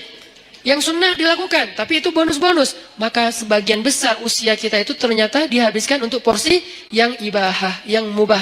Apa dalilnya? Salah satu dalilnya adalah kaidah fikih. Al-aslu fil asya' ibahah. Dasarnya segala sesuatu adalah boleh. Dasarnya segala sesuatu adalah boleh. Berarti habiskan. Nasya'a, tumbuhnya, itu dalam hal-hal yang dibolehkan Allah. Tapi juga bukan berpahala. Dan juga tidak berdosa. Gak apa-apa. Olahraga, nyalurin hobi, ke bengkel kayak ngulik mesin atau apa. Kalau cewek lebih ke apa skillnya cewek apa mungkin. Skill cowok apa, life skillnya dibangun terus. Supaya dia ketika nanti jadi punya pasangan, life skill dia itu bermanfaat untuk pasangannya. Kalau cewek, life skill seorang cewek yang lebih identik itu apa? Life skill seorang cowok itu lebih identik itu apa misalnya? Kita belajar life skill, itu mubah. Dan dulu sahabat, banyak yang mengasah sisi life skill mereka dengan berdagang, dengan bertani. Sehingga ketika ada sebagian sahabat yang berkebun datang ke Nabi nanya soal perkebunan, Nabi bilang apa? Kalian lebih ngerti tentang masalah skill perkebunan daripada saya. Karena itu urusan dunia. Udah kalian ulik aja sendiri. Saya cuma ngasih batasan, jangan curang, jangan apa, batasan nilai. Tapi secara teknis kalian lebih ngerti. Udah aja kembangin. Yang senang komputer, belajar startup digital. Sekarang lagi era startup. Anak-anak muda Indonesia tuh harus ngerti startup. Supaya dia dominan, eksis di dunia digital. Supaya nggak terus-terusan jadi orang yang ikut program orang, ngedownload. Tapi harusnya dia bisa bikin orang ngedownload program dia yang hobinya di komputer. Yang hobinya apalagi kembangin produk-produk aplikasi sosial media yang versi yang lebih lebih lebih ketimuran atau apalah istilahnya supaya dipakai karena itu sesuatu yang chance-nya besar loh di zaman sekarang. Banyak hal yang bisa kita kembangin. Itu maksudnya nasya'ah, tumbuh. Arti tumbuh itu dia punya sesuatu yang semakin bermanfaat dari dirinya untuk orang lain, growing. Secara skill dia growing, secara mental dia growing, secara fisik dia growing, tumbuh. Maryam alaihissalam tumbuh. Sehingga Allah menyebutnya dengan istilah apa? Di surat Ali Imran. Fataqabbalaha rabbuha biqabulin hasan wa ambataha nabatan hasan wa kaffalaha Zakaria. Allah menerima Maryam dengan penerimaan yang baik. Menerima di mana? Untuk punya kamar di Masjidil Aqsa. Yang tadinya nggak boleh perempuan punya ruang di Masjid Al-Aqsa menurut tradisi Yahudi. Bukan agama Yahudi, tradisi Yahudi. Kalau agama langit dari dulu laki-laki dan perempuan itu sama-sama dihargai. Ketika agama ini mulai dirubah, maka nilai ini juga berubah. Sampai orang Yahudi bukan lagi punya agama, punya tradisi. Bukan punya syariat, tapi punya kepercayaan. Tradisi orang Yahudi di masa Nabi Zakaria dan Maryam, cewek itu nggak boleh sholat di masjid. Jadi kalau ada yang bilang Islam itu tidak mengangkat kehormatan perempuan, berarti dia nggak ngerti Al-Quran. Dia nggak belajar sejarah, dia asal ngomong. Banyak orang asal ngomong sekarang tuh. Kalau kita belajar Al-Quran, sejarah gimana Al-Quran itu sangat mengangkat harga diri perempuan, itu banyak banget ceritanya. Salah satunya Maryam. Maryam itu mendobrak tradisi Yahudi loh, yang sekarang dielu-eluin, di Tomorrowland bendera Israel itu berkibar dengan begitu tinggi kan ya. Paling banyak bendera di Tomorrowland kan bendera Israel kan. Kita lihat di mapnya pesawat, rata-rata pesawat internasional, nggak ada Palestina, adanya Israel. Dan saya sangat tersinggung. Karena yang benar adalah Palestina. Artinya yang kita bangga-banggain, moderat lah, cerdas lah, apa segala macam, seolah-olah mau diikutin agama mereka, tradisi mereka pelan-pelan, justru mereka menghancurkan dan meremehkan perempuan. Perempuan dijadikan pajangan. Apakah itu yang dianggap dengan menghargai perempuan? Sesuatu yang dipajang itu kan berarti jadi barang. Yang berharga itu nggak boleh dipajang. Yang berharga itu ditaruh di box. Boxnya ditaruh di dalam sebuah peti atau di dalam sebuah loker. Dalam lemari, lemarinya dikunci, kamar dikunci, pintu dikunci, gerbang digembok. Namanya safety box. Saking berharga. Karena kurang berharga di display. Siapa aja boleh nyentuh, siapa aja boleh lihat, siapa aja boleh bolak-balik, taruh lagi, datang lagi yang baru, bolak-balik naruh lagi. Kenapa? Kurang berharga. Sekarang kalau kayak gitu, kira-kira siapa yang lebih menghargai perempuan? Yang menjaganya dengan menutupnya, dengan menjaga batasan, jangan terlalu banyak bergaul ke semua laki-laki, kecuali yang ada urusan-urusan yang penting saja. Atau yang buka-bukaan, display di banyak produk, di banyak event, di banyak festival. Mana yang lebih menghargai perempuan? Kalau mau dilihat dari sisi realitasnya. Baca nanti sejarah Maryam. Maryam tuh mendobrak tradisi Yahudi. Yang tadinya perempuan ditolak di masjid. Masjid Al-Aqsa. Ditolak. Datang Maryam dibawa oleh Zakaria. Ramai tuh di antara rabi-rabi Yahudi. Orang-orang pemuka agama Yahudi debat. Wahai Zakaria, kamu sudah mencoreng tradisi nenek moyang kita. Mana pernah di Masjid Al-Aqsa ini ada perempuan. Mereka lupa bahwa agama ini berasal dari seorang laki-laki yang punya istri. Yang punya anak perempuan. Yang punya ibu. Manusia biasa yang tidak jauh dan tidak bisa lepas dari kehidupan seorang perempuan. Mana pernah di Masjid Al-Aqsa itu ada perempuan dan nggak boleh perempuan itu rendah, nggak boleh dia sama dengan laki-laki. Itu tuh doktrin Yahudi loh. Perempuan itu rendah sehingga dia tidak boleh diberikan hak yang sama dengan laki-laki. Perempuan itu hina, jadi nggak boleh masuk ke masjid yang mulia. Laki-laki doang yang mulia dan boleh masuk. Itu tradisi Yahudi sebelum datangnya Maryam. Datang Maryam, Allah takdirkan namanya pun Maryam. Dan tahu arti Maryam? Khadimah. Maryam itu artinya pelayan masjid. Itu arti Maryam. Saya memberi nama anak saya dengan kata Maryam, berharap dia melayani agama. Makanya saya kasih nama Maryam. Jadi saya tahu asal-usul nama itu, sehingga saya bangga dengan nama Maryam. Bukan, pasaran Ustaz, biarin aja. Pasaran mungkin namanya, tapi sejarahnya nggak pasaran. Coba cari sejarah seperti Maryam, ada nggak yang nomor 2? Nggak ada, cuma ada 1. Sejarah orang kayak Maryam, ada 2-nya nggak? Nggak ada, cuma ada 1. Yang sekeren itu. Kalau ada sejarah yang lain, beda cerita. Khadijah keren, beda cerita. Fatimah keren, beda cerita. Asiyah keren, beda cerita. Tapi yang kayak Maryam, nggak ada, cuma 1. Yang paling kerennya, dahsyatnya luar biasa. Bahkan di antara 4 perempuan sempurna ini, sebagian ulama berpendapat Maryam nomor 1-nya. Jadi saya kasih nama Maryam. Saya berharap ya Allah, kelak mudah-mudahan anak saya ini Maryam menjadi khadimah lidinik, menjadi pelayan untuk agamamu. Arti melayani agama, dia memperjuangkan agama dengan potensi yang dia miliki. Maryam, makanya takdirnya bernama Maryam khadimah di Masjid Al-Aqsa. Akhirnya debat adu dalil. Setelah adu dalil kalah nih rabi-rabi karena memang mereka bukan nabi kan, ngelawan Zakaria yang nabi, yang cerdas, yang bijaksana.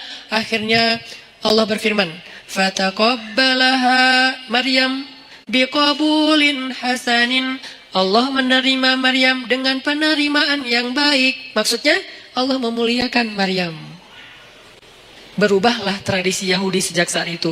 Sejak Maryam masuk ke Masjid Al-Aqsa, perempuan-perempuan Yahudi mulai boleh masuk ke Masjid Al-Aqsa. Alasannya, tuh Maryam boleh, masa kami nggak boleh? Akhirnya boleh.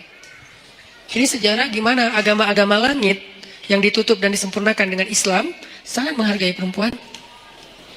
Tapi kan banyak laki-laki Muslim tidak menghargai perempuan. Itu namanya human error, bukan sistemnya yang error, bukan syariatnya yang error, orangnya yang error. Dan dia tidak mewakili Islam, dia mewakili dirinya sendiri. Akhirnya Maryam tinggal di situ. Lalu ada kalimat wa ambataha nabatan hasana. Lalu dia tumbuh di sana dengan pertumbuhan yang baik. Nah, ini yang berkaitan dengan tema kita. Tumbuh dengan pertumbuhan yang baik. Bisa nabata, bisa nasya'ah. Kenapa untuk Maryam pakai kata nabata? Malam ini agak sedikit banyak mengulas tafsir ya. Kenapa Maryam pakai kata nabata, tidak nasya'ah? Sedangkan hadis tentang pemuda tadi nasya'ah, tumbuh. Kalau Maryam nabata, nabatan, wa ambataha nabatan hasanan. Kenapa nabata? Karena Allah pengen menghargai Maryam dengan istilah apa? Tumbuhnya pakai istilah bunga. Bunga itu nabata. Makanya jadi bahasa Indonesia nabati. Tumbuh-tumbuhan. Kan saya dulu ngajar bahasa Arab, lumayan lama. Jadi saya tahu banget bahasa Indonesia itu banyak banget nyerap dari bahasa Arab. Sehingga kalau kita mau bilang anti Arab segala macam, kita lupa sejarah tentang berdirinya negara dan terbentuknya bahasa kita sendiri. Bahasa kita itu dibentuk oleh ulama. Buktinya banyak bahasa Arab di dalam bahasa kita. Banyak banget, 80%-nya bahasa Arab. Bahkan bahasa Sunda sebagiannya bahasa Arab. Ya kalau saya pergi ke Kalimantan tuh saya bilang, kalian tahu nggak Khatulistiwa itu bahasa apa? Bahasa apa Ustaz? Sanskerta. Bukan, bahasa Arab. Khatul istiwa. Khat artinya garis, istiwa artinya lurus.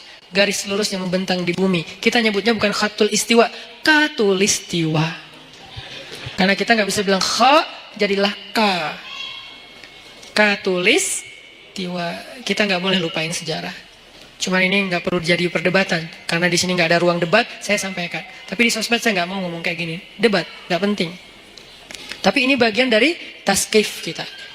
Nabatan. Allah tuh pengen menghargai Maryam, maka disebut dengan nabatan. Bahasa kita nabati, artinya tumbuh-tumbuhan. Tumbuh-tumbuhan di sini artinya bunga. Maryam itu kata Allah, kamu itu bunga wahai Maryam. Kamu itu bunga. Makanya fitrah perempuan senang bunga. Jangan kasih kaktus tapi kan bunga Ustaz. Jangan. Atau jangan juga yang bunga apa yang di Bengkulu teh? Rafflesia. Keren ya? Emang keren, tapi bukan untuk dihadiahin ke cewek. Kamu, kenapa sih kamu? Enggak, ini bunga buat kamu. Aduh kok gini sih? Nah, bunga namanya juga bunga bangkai. Jangan kasih bunga, ya apalah. Tapi boleh yang asli, boleh yang sintetis. Biar nggak layu.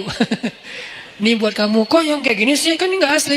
Biar nggak layu, seperti cinta aku. Oh ya, cinta aku nggak ori, tapi dia nggak layu-layu sih. Apaan sih? Nggak jelas. Jadi maksud Allah pakai kata nabatan, menurut tafsir, Allah tuh menghargai Maryam. Makanya pakai bahasa, Maryam itu kayak bunga, tumbuh dengan mekar, dengan baik. Itu Maryam.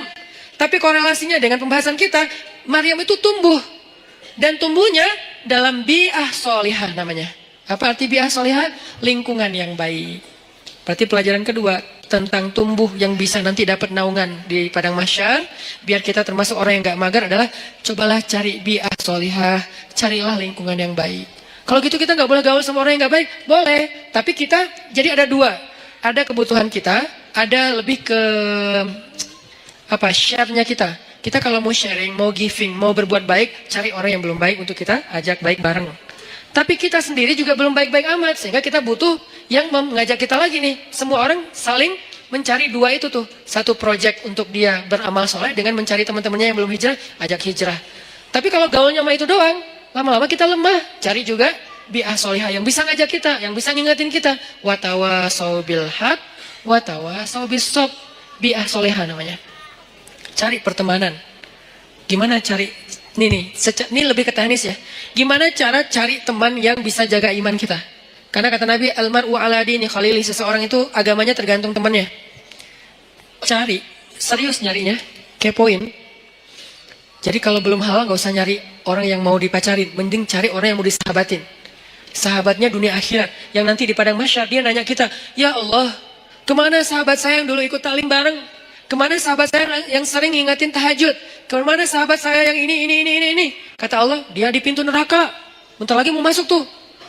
Ya Allah, saya bersahabat karena engkau dengan dia di dunia. Selamatin dia, boleh nggak saya tarik dia supaya nggak masuk neraka? Ya Allah, saya selamatin. Boleh, cari aja. Langsung dia kejar ke neraka. Nyari secepat mungkin dia ke pintu neraka. Ngomong ke malaikat, dia sahabat saya yang ini di mana orangnya? Itu tuh bentar lagi mau dimasukin. Sini, jangan masuk dulu. Akhirnya dikeluarin. Ada apa? Kamu sahabat saya? Ya, kita kan dulu bareng ke TSB. Emang masih disebut Ustaz istilah-istilah kayak gitu? Masih. Apa yang kita rasain di dunia itu masih kita sebut. Dan gak diganti istilahnya loh. Kita masih ngomong kayak gini banget kita ngomong. Kita kan Rabu malam sering ikut talim bareng kan? Iya. Dan seringnya kita di depan halaman kan? Iya. Kenapa? Karena kita nungguin yang lain pulang, nanti kita boncengin, bayar. Boleh lah. Yang penting dia pernah ke masjid bareng. Ya udah, terus apa? Gimana nih? Allah memberi izin saya untuk menyelamatkan kamu dari neraka. Masuk. Nah, ini orang kayak gini harus dicari. Dia tuh nemenin kita di dunia dan akhirat loh. Lebih penting daripada pacar. Kecuali pacar halal. Kalau pacar halal udah nggak ada lah yang bisa dibandingin ya. Udahlah terbaik itu mah. Tapi kalau ini mah beda project. Pacar halal kan untuk membahagiakan kita ya. Kalau ini untuk menyelamatkan kita. Bukan membahagiakan. Mungkin dia nggak akan ngebahagiain kita. Jangan berharap kita bahagia bareng dengan dia. Aneh. Ustaz, saya udah bahagia dengan dia. Aneh ya. Dia nyelamatin agama kita. Maksudnya nyelamatin kita dari dosa. Nyelamatin kita dari pas lagi kayak futur, istilah anak-anak aktivis teh. Futur itu pas lagi down, ya, drop imannya itu. Dia nyelamatin. Caranya gimana? Cari orangnya yang agamanya bagus. Arti agamanya bagus. Dia tuh kayak lebih stabil kesolehannya daripada kita. Walaupun dia bukan orang yang suci. Kalau dia berbuat salah sesekali, jangan langsung pundung. Wah ternyata sama aja, udah saya cari yang lain. Nggak ada orang yang suci. Susah nyarinya dan nggak akan ketemu. Mau balik lagi ke zaman Nabi, nggak mungkin. Jadi cari orang yang lebih stabil ibadah atau agamanya dari kita. Ada orang kayak gitu, udah pegang tuh. Deketin dia. Bujuk dia, biar dia mau bersahabat dengan kita. Bujuk pakai apa aja, kasih hadiah kayak bantu dia ketika dia ada masalah. Saya punya teman kayak gitu beberapa orang. Sengaja saya pegang banget tuh. Salah satunya ada di Tasik. Yang dulu sempat tinggal di Bandung. Beliau pernah jadi supir angkot. Kemudian ketemu saya di Masjid Al-Latif. Kemudian kenalan. Beliau jadi curhat. Saya kerja di angkot sekarang udah mulai agak susah dapat pelanggannya, udah sepi angkot sekarang Ustaz. Ya udah, yuk kita usaha yang lain. Bikin usaha bareng dia. Jual pulsa yang 60 cabang itu bareng dia. Biar dia terdongkrak lah ke penghasilannya. Udah gitu main di mobil, jual beli mobil bekas juga bareng dengan dia. Sampai akhirnya dia jual kue keliling pakai motor. Motornya saya hadiahin motornya. Butuh apa? Oh ya kayak lebih enak daripada jual beli mobil bekas. Karena kita berapa kali jual beli mobil bekas rugi. Nggak tahu cara milih mobil, ketipu aja ya. Jadi akhirnya udahlah, kita nggak usah jual beli mobil bekas gitu ya. Mending kita yang lain aja. Apa dong gitu. Akhirnya dia mikir-mikir, dia survei. Udah saya mau jual roti aja, naruh-naruh di warung. Kan butuh kendaraan. Saya kasih hadiah motor. Nggak mahal sih, semampu saya waktu itu beli motor bekas, saya kasih ini Pak, pakai aja motornya. Wah, alhamdulillah Ustaz, alhamdulillah. Doa, nah doa ini nih yang saya nunggu-nunggu nih. Semoga Ustaz rezekinya bertambah dan segala macam. Bener, langsung Allah buktikan. Semoga makin bahagia, bener. Langsung, suamiku keren banget sih. Itu tuh kan yang paling berharga ya, dihargain cewek kan. Itu tuh bener. Jadi dia, saya jaga. Dia akhirnya mungkin karena ya Allah yang lebih tahu yang terbaik.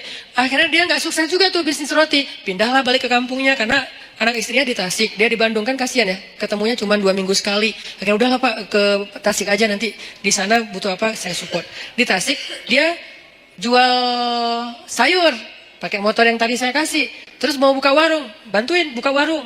Kenapa? Saya pengen dia ingat saya setiap kali dia punya masalah. Sehingga kelak ketika saya punya masalah di akhirat, dia yang akan bantu saya. Di dunia, kalau dia punya masalah, saya bantu dia. Di akhirat, saya punya masalah, dia bantu saya. Itu prinsip saya tuh. Karena saya tahu ibadah dia. Dia pernah nginap di rumah saya waktu masih di Cimahi. Kan rumah saya itu di tengahnya ada courtyard. Courtyard. Maksudnya ada ruang terbuka gitu. Ruang terbuka di belakang baru ada kamar buat tamu. Jadi biar nggak nyampur dengan ruang utama. Jadi tamunya bebas, istri bebas di rumah. Jadi nggak harus pakai hijab terus. Nah, malam nih, jam 1 malam, saya bangun ke dapur, dengar orang nangis di belakang. Ngeri kan? Jam 1 malam dengar orang nangis. Ngeri banget kan ya? Itu horor banget loh. Tapi berhubung waktu itu saya penasaran, saya buka pintu dapur, saya ngeliat pelan-pelan, saya buka. Nih pokoknya kalau ada yang aneh, gua tendang nih. Buka pelan-pelan, udah siap-siap gitu kan. Ternyata dia lagi sholat di courtyard, di ruang terbuka itu. Karena ternyata hobi dia itu sholat di ruang terbuka emang. Tahajud. Dia lagi sholat, nangis dalam sholatnya. Gini. Dan saya berharap pas dia nangis itu, dia nyebut nama saya. Itu kan yang paling berharga kan. Karena mungkin buat dia, saya paling berkesan dalam hidup dia. Sering nolongin, sering jadi hero lah. Sehingga dia pasti nyebut di dalam doa itu yang saya harapin. Saya ngintip, Masya Allah. Nah ini berarti ini orang nih harus saya pegang nih. Saya tolong dia di dunia nih, biar dia tolong saya nanti di akhirat. Sampai, ini minggu depan saya niat mau ke Tasik lagi, mau ngasih dia hadiah karena anaknya mau nikah. Mau ngasih hadiah yang istimewa, biar dia ingat saya. Nanti pas pada masyar, saya berharap, ya Allah, itu usahanya di mana? Itu tuh masih nggak jelas tuh. Siapa tahu mungkin nasib saya nggak jelas, Allah alam, tapi mudah-mudahan nggak sih ya. Tapi kan kita nggak tahu ya, nggak boleh terlalu kegeeran juga kan. Oh saya kan ustadz, udah nggak butuh lah yang gitu-gitu. Siapa bilang? Emang ustadz udah paling suci? Teman-teman aja nggak tahu aib-aib kita karena Allah menutupi aib. Jadi tetap aja nggak boleh kegeeran, tapi juga jangan putus asa. Main di tengah tadi. Jangan kegeeran sok soleh, jangan putus asa merasa nggak ada apa-apanya di tengah. Berjuang untuk lebih soleh, tapi wajilat wa qulubuhum wajilah, hati mereka tetap khawatir, tetap takut. Nah, saya berharap minimal saya ada garansi nih. Begitu saya agak-agak ada rada-rada aneh-aneh nih di pada masyar, dia ngomong ke Allah, ya Allah, dulu saya motor dikasih sama dia, warung saya disupport sama dia, saya keluar dari angkot dulu gara-gara dia, makanya saya hidup nggak jelas di dunia teh. Gara-gara dia semua nih, ya Allah, dia udah banyak nolongin saya, tolong dia dong ya Allah, boleh nggak saya tolongin dia? Karena ini orang benar-benar ahli ibadah. Saya bareng dengan dia pernah jadi driver saya juga, bareng dengan dia nyetir ke Jakarta, ke Sukabumi. Kita ada acara di Sukabumi, dia nyetir, Pak, bantuin saya nyetir, oke, nyetir. Di mobil saya tilawah surat Al-Mulk, murajaah hafalan lah. Tabarakalladzi biyadihil mulku wa huwa ala kulli syai'in qadir. Wa laqad zayyana as-samaa'a ad-dunya bimasabih wa ja'alnaha rujuman lisyayatin wa a'tadna lahum 'adzabas sa'ir. وللذين كفروا بربهم عذاب جهنم وبئس المصير. Itu yang lagi nyetir nangis terisak-isak. Saya aja yang tilawah nggak nangis. Kan aneh kan? Pas yang lihat, aduh nangis juga. Masa saya yang baca nggak nangis, dia aja yang dengerin nangis gitu kan? Cepet banget air matanya berlinang. Berarti kan hatinya bersih. Berbaik sangka ya. La nuzaki ahadan ala Allah. Kita nggak menganggap seseorang suci di depan Allah, tetapi kita berbaik sangka. Hatinya bersih, lebih bersih dari saya. Makanya dia lebih mudah nangis daripada saya. Sabar banget sama anak-anak tuh, megang banget dia, luar biasa pokoknya. Nah ini nih saya pegang nih orang nih, nggak boleh jauh. Butuh apa? Saya support. Butuh apa? Saya harus punya kelebihan sedikit harta biar kalau ada dia butuh apa-apa saya pasti ngasih. Cuman itu yang bisa saya lakukan, karena kalau fisik nggak bisa bantu dia fisiknya lebih kuat. Kita bikin mukhayyam tuh di Ciwidey, bikin mukhayyam anak-anak pemuda hijrah. Becek, kita lagi berhenti istirahat dulu mau bangun tenda, dia bangun sendiri tuh. Dia cangkul semuanya. Pokoknya nih kita nyebutnya dia itu ini istilahnya tuh Hulk. Kayak Hulk, tenaganya kuat banget. Malam di gunung, di leweng, kita lagi kemah-kemahan gitu nggak jelas. Malam-malam jam 1 malam kan kita mau tahajud nih, turun ke sungai kan. Yang pertama di sungai udah mandi tengah malam tuh dingin-dingin di Ciwidey, dia datang-datang. Kita yang lain tunggu teman, baru turun ke sungai bareng, jangan sendiri-sendiri gitu kan. Dia mah kita lagi nunggu yang lain, bangun. Pura-pura ngebangunin teman, padahal nggak berani turun. Bangun, udah mau jam 1 lagi qiyam, bangun. Pas kita udah pada bangun, dia datang. Hah, Pak, kok segar banget? Habis mandi Ustaz, di mana? Di sungai. Ustaz saya anterin. Saya pura-pura gengsi gitu dong ya. Nggak usah, bisa sendiri gitu. Tapi dia maksa, saya curiga. Sampai sekarang saya tahu kenapa dia maksa nganterin saya. Karena dia baru ngeliat sesuatu di bawah. Makanya dia maksa, dia khawatir, dia sayang banget sama saya, dia kayak khawatir gitu. Jangan ntar Ustaz diganggu atau apa. Ustaz saya anterin. Gak usah Pak, gak usah, udah Bapak. Kan udah selesai wudhu kan, ya udah tahajud aja duluan. Saya nyusul, saya bilang, gak usah. Dalam hati saya, anterin dong. Ngeri nih. Kan itu tengah hutan. Siapa tahu ada yang lewat putih-putih. Ayat kursi saya hilang, tiba-tiba hafalan saya apa ya? Udah hafal lupa gitu kan. Aduh ngeri banget gini. Pak Ustaz saya anterin. Gak usah. Anterin. Akhirnya maksa dia duluan. Dia pas saya wudhu di bawah di sungai itu dia kayak was-was banget. Saya perhatiin kok dia was-was gini ya. Terus pas kita udah naik, yang lain pada datangnya rame-rame. Jadi dia udah rame tuh. Besok-besoknya saya tanya. Dia bilang udah gak apa-apa Ustaz, gak apa-apa. Tapi saya yakin sampai sekarang dia pasti ada sesuatu. Makanya dia maksa banget. Gak pernah dia ekspresinya kayak gitu. Karena saya kenal dekat sama dia. Tapi dia gak pernah sekuatir itu sama saya. Ini bukan nakut-nakutin ya. Tapi emang menakutkan sih, ngeri. Jadi maksudnya teman-teman, intinya adalah itu tuh cara kita nyari bi'ah solihah. 1, 2, 3. Kalau ada 40, targetnya 40. Kenapa 40 Ustaz? Hadis. Kalau seseorang meninggal dunia disolatkan oleh 40 orang solih, dijamin terbebas dari azab kubur, api neraka, pasti masuk surga. 40 dengan kualitas kayak dia, itu gak gampang loh nyarinya. Bukan 40 orang, 40 orang soleh. Yang solehnya secara zahir kita lihat. Dan kita gak bisa ngelihat yang batinnya. 40 orang. Mulai dari 1, 2. Dan orang kayak gitu tuh jangan cuma kenal. Kalau cuma kenal, nanti di akhirnya juga cuma kenal. Kamu kenal? Kenal. Gitu doang. sampai bersahabat, sampai dia sayang sama kita. Makanya saya tuh walaupun dia udah di Tasik, kalau di rumah ada apa-apa, saya bilang, Pak, saya mau pindahan. Oh iya Ustaz, subuh dia datang tuh. Saya pernah tuh mobil saya, dia benerin rem, cuman dia karena mungkin dia kayak otodidak ya, salah ngebenerin remnya, malah ngelok gitu. Dia benerin rem mobil saya, karena sebetulnya saya bisa naruh di di yang resmi ya, dealer resmi. Cuman karena saya kayak ngerasa pengen nyari alasan buat ngasih ke dia, saya nggak mau ngasih dia tanpa ada kerjaan biar menghargai dia kan. Jadi saya kayak udahlah rem mobil aja deh, cari-cari apa nih yang bisa diinin. Pak, benerin rem mobil udah habis, udah aus gitu kan. Cari dia sama dia rem mobil. Sebenarnya rugi buat saya karena kenapa? Lebih bagus di dealer kan. Cuman kayak sayang aja gitu sama dia. Benerin, saya pikir ya aman-aman aja nih. Karena dia orang kuat banget. Saya pernah mobil yang dulu yang kita jual beli mobil, mobilnya mesinnya turun mesin. Kebayang nggak turun mesin? Itu ngerjain sendiri. Satu pakai dongkrak, satu pakai tangan. Satu sebelah sana pakai dongkrak, sebelah sini pakai tangan, sebelah kiri turunin mesin. Itu tuh orang benar-benar Hercules tuh. Sebelah sana, karena dongkraknya cuma ada satu pakai dongkrak, sebelah sini ditahan pakai tangan, turunin pelan-pelan mesinnya pakai tali gitu, udah turun, dipasang lagi pakai baut, itu sebelah tangan semua dikerjain sama dia. Itu ngeri banget tuh orang. Jadi kalau saya mau bantu dia dari fisik nggak mungkin. Saya bantu dia dari doa, dia doanya lebih panjang. Saya bantu dia mungkin hanya sedikit dengan kebutuhan finansial dia. Akhirnya saya bayarin, dia benerin rem mobil. Ternyata salah masang. Saya jalan di jembatan Surapati tuh ngelok. Tuk gitu, tiba-tiba ngelok. Untung bukan di tol. Kalau di tol kan bisa ngejungkir kan. Untuk kecepatan dia sekitar 60 atau 40 gitu ngelok, ngelok di atas jembatan. Saya telepon, Pak, ini remnya kenapa ya? Dia di Tasik. Malam jam 9 malam. Pak, ini rem kenapa kok bisa ngelok gini? Aduh Ustaz salah, kayaknya ada yang salah. Saya sekarang ke Bandung. Dia mau ke Bandung aja tuh naik motor. Beneran jam 11 malam udah di Bandung. Padahal saya bilang, jangan, saya panggil montir aja datang ke tempat saya biar dibenerin di sini atau di daerah deh. Jangan, ya, udah ditutup telepon tetap datang. Jam 11 malam datang. Ada apa lagi saya kejadian di sini tuh? Ini buat saya kenapa saya yakin banget megang dia. Ada apa aja dia datang, subuh-subuh datang. Jam 2 malam datang. Kalau di dunia aja kayak gini dia belain saya, gimana di akhirat? Supaya dibelain segitunya, kita harus modal dikit lah. Modalnya apa? Bisa modal dengan tenaga kita, dengan perhatian kita. Kalau ada kelebihan rezeki dengan rezeki kita, apa aja deh pokoknya modal. Dapat 1. Saya baru dapat 3 apa 2 lah. Pokoknya kurang dari 5 lah. Orang kayak gitu yang udah mau care banget sama saya di dunia. Dan saya berharap nanti kayak gitu care dia buat saya di akhirat. Kumpulkan 40 orang.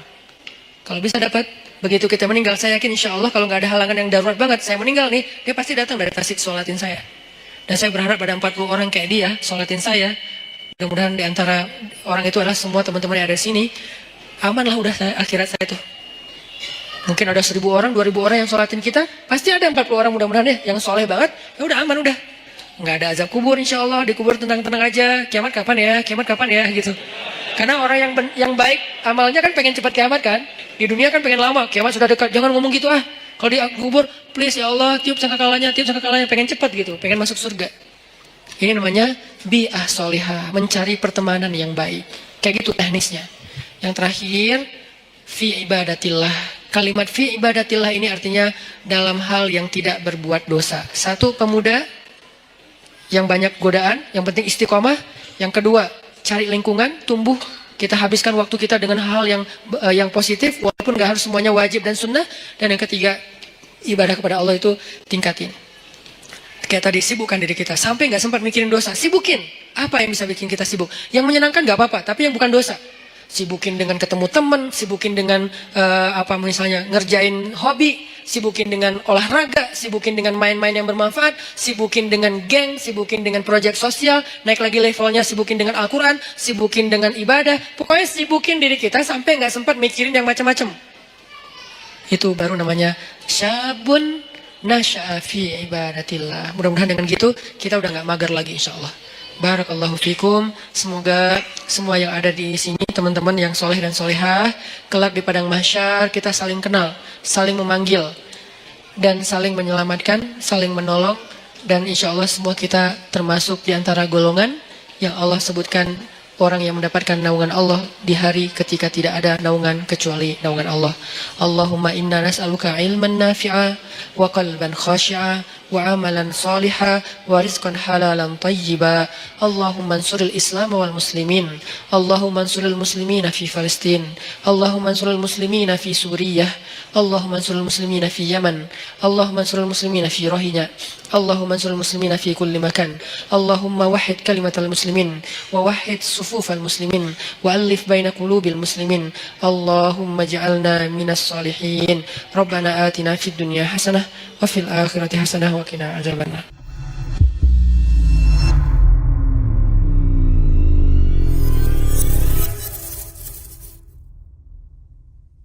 Dalam sebuah kajian malam yang santai di masjid, seorang penceramah membahas pentingnya pemuda memanfaatkan waktu mereka dengan baik. Dia membuka dengan menyebutkan kisah-kisah inspiratif dari para nabi dan tokoh saleh, seperti Maryam dan Yusuf, yang tetap teguh menjaga ketaatan di tengah godaan besar. Yusuf misalnya menjadi simbol bagaimana kekuatan iman mampu mengalahkan hasrat manusiawi. Dia menegaskan bahwa kesabaran dan keteguhan seperti ini menjadikan seseorang istimewa di sisi Allah, terutama di usia muda yang penuh ujian. Penceramah itu juga menjelaskan bagaimana lingkungan yang baik berperan penting dalam membentuk pribadi yang istiqamah. Dia mengilustrasikan hal ini dengan pengalamannya memiliki sahabat yang sangat setia dan saleh, yang tidak hanya membantu di dunia, tetapi diharapkan bisa menjadi penolong kelak di akhirat. Dengan storytelling penuh emosi, dia mengajak para jamaah untuk mencari teman-teman seperti ini, orang-orang yang mampu menjadi inspirasi dalam kebaikan. Dalam Islam, menjaga persahabatan dengan orang-orang yang soleh adalah langkah strategis untuk meningkatkan kualitas iman. Terakhir, dia memberikan solusi praktis agar tidak terjebak dalam kemalasan. Menurutnya, pemuda harus mengisi waktu mereka dengan kegiatan positif yang tidak hanya wajib dan sunnah, tetapi juga mubah yang bermanfaat, seperti olahraga, belajar keterampilan baru, atau aktivitas sosial. Dengan begitu, tidak ada ruang bagi pikiran atau perilaku dosa. Dia menutup kajian dengan doa dan harapan agar semua yang hadir bisa termasuk dalam golongan yang mendapatkan naungan Allah di padang mahsyar nanti.